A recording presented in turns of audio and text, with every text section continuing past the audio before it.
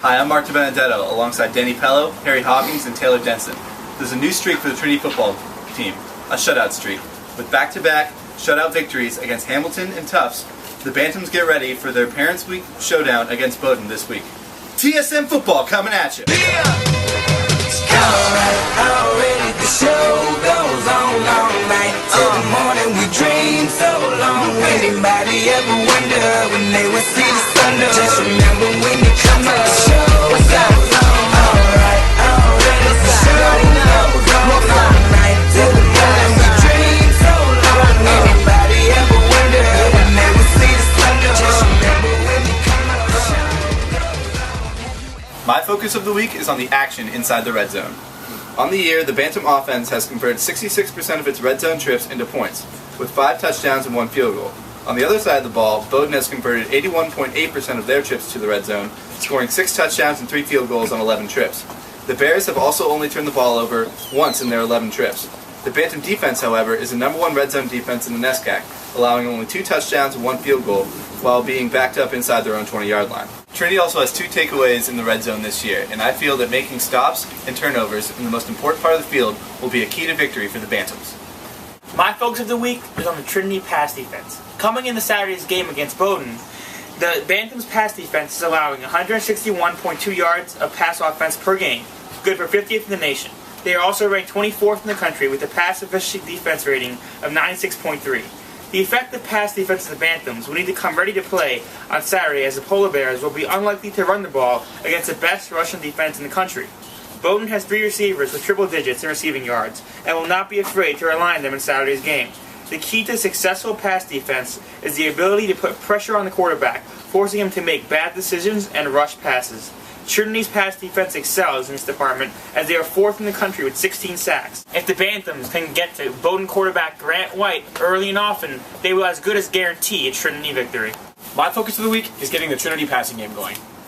Last week, during their 9-0 victory over Tufts, the Bantams only completed 3 of 14 passes for 4 yards, which accounted for less than 1% of their total offense.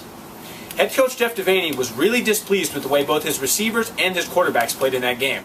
With an entire week to fix the passing game, look for the Bantams to air the ball out early and often against a weak Bowdoin pass rush. My focus of the week is the Trinity rushing attack.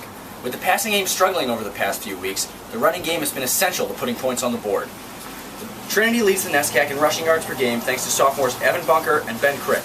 Last week against Tufts, they helped the Bantams rush for 293 yards on the ground, and Bunker's 200-yard game pushed him over 500 yards rushing on the season.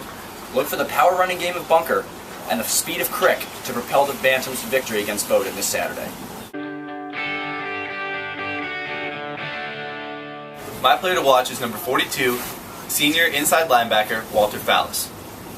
Last week at Tufts, Fallis led the team with 12 tackles, racking up 6 solo tackles and 2 sacks, as well as 1 QB hurry that resulted in a completion. Those stats were good enough for Fallis to earn the NESCAC Football Player of the Week last week. Bowdoin has the number 6 rushing offense in the NESCAC, while Fallis leads the number 1 rushing defense in the NESCAC. With this matchup, I expect Fallis to have another great game on Saturday against Bowdoin, and continue his phenomenal job of leading by example on the football field. My player to watch is a superstar defensive end, Herman Brito. Brito was off to a hot start in the early weeks of the season, but is now exploding onto the national scene as one of the best defensive ends in the country. Coming into Saturday's game, he is ranked 11th in the nation with an average of 1.13 sacks per game and has 4.5 on the season, which is good for best on the team. But that's not all, folks. He's also ranked 19th in the country with an average of 1.88 tackles for loss per game and 1st on the team with 7.5. So far this season, Brito has lived up to and exceeded the expectations that come with being a captain on one of the best football programs in New England.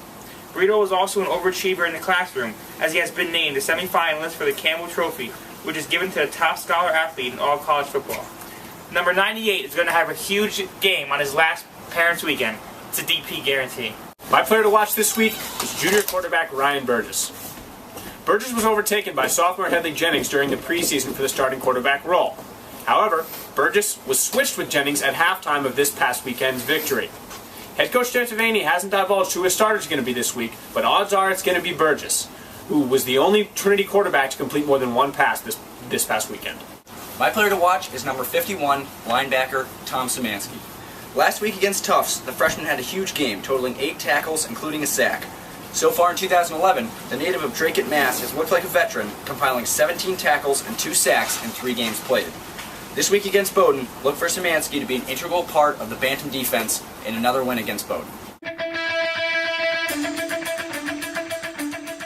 Prediction time, fellas. With a beautiful day expected, I think the Trinity passing game is going to get back on track and put up big numbers again. Trinity wins 28-10. Danny? I agree, Mark. I say it's going to be Trinity 21, Bowdoin 7. I also think Trinity's going to come up with an easy victory here, guys. I say 28-7 in favor of the Bantams. Guys, I think the running game is huge yet again. I think the Bantams win 17-3. That's our show this week. Enjoy Parents Weekend and be sure to bring your folks out to the game. Saturday, 1 o'clock in the Coop.